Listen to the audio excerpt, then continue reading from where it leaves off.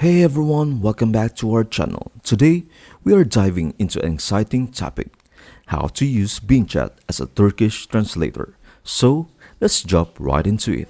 To get started, open your browser and type bing.com. And if you haven't logged in yet, make sure to do so before we proceed.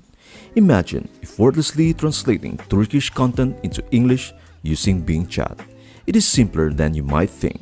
Just contribute your Turkish text to the chat, then type, translate this in English and hit enter. Observe as Bing Chat adeptly conveys the meaning of Turkish words, seamlessly translating them into English. But the linguistic journey doesn't stop there. Even if you are curious about the Turkish equivalent of an English term, the process maintains its allure. Just as before, say, translate this to Turkish before inputting your chosen English text. Watch as Bing Chat responds adeptly, providing the precise Turkish translation.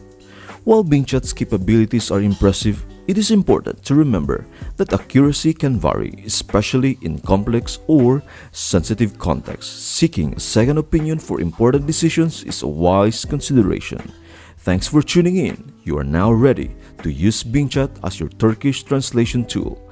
I hope this video helps you out and see you in the next video.